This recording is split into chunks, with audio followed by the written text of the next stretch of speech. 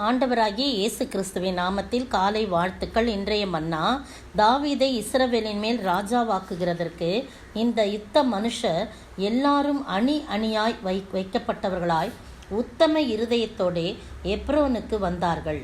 1 நாளாகமம் 12ஆம் அதிகாரம் வசனம் 38 முன்பகுதி.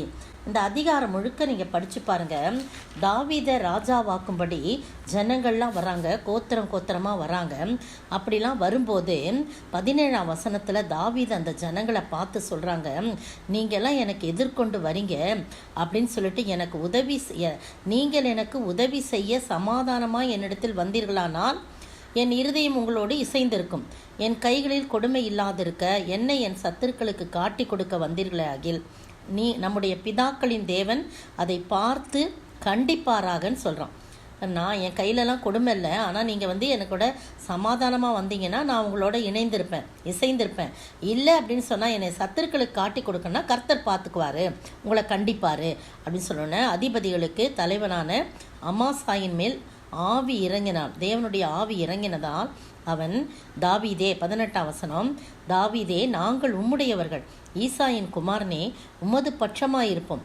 உமக்கு சமாதானம், உமக்கு உதவி செய்கிறவர்களுக்கு சமாதானம், உம்முடைய தேவன் உமக்கு துணை நிற்கிறார் என்றான். அப்பொழுது தாவீது அவர்களை சேர்த்து கொண்டு அவர்களை தண்டுக்கு தலைவராக்கினான் அப்படின்னு சொல்லி போடப்பட்டிருக்கு.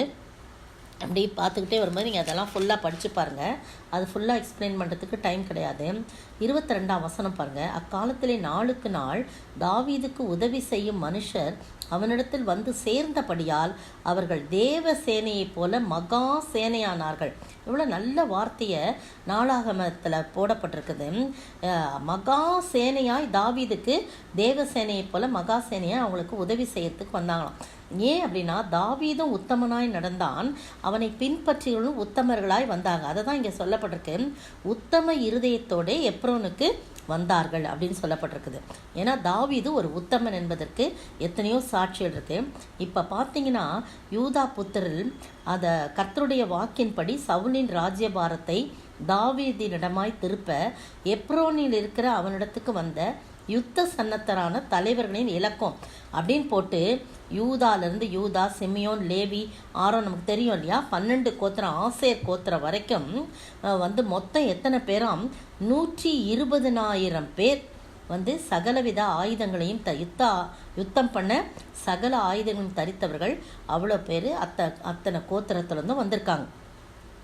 அதை தான் சொல்லப்பட்டிருக்கு. அணியணியாய் வைக்கப்பட்டவர்களாக அந்த கோத்திரங்கள், யுத்த மனுஷர்கள் அணியணியாய் வகுக்கப்பட்டவர்களாக உத்தம இருதயத்தோடு எப்ரோனுக்கு வந்தார்கள். இஸ்ரவேலில் மற்ற யாவரும் தாவீதை ராஜாவாக்குறதுக்கு ஒருமனப்பட்டிருந்தாங்க. தாவீதை எப்ரோனில் எப்படியாவது ராஜாவாக்கிடணும் அப்படின்னு சொல்லி அவங்களுக்கு சவுலோட உடன்பாடு இல்லை, அதனால் வராங்க. அவர்கள் அங்கே தாவீதோடே கூட 3 நாள் இருந்து 39ஆம் வசனம் போஜனபானம் பண்ணினார்கள்.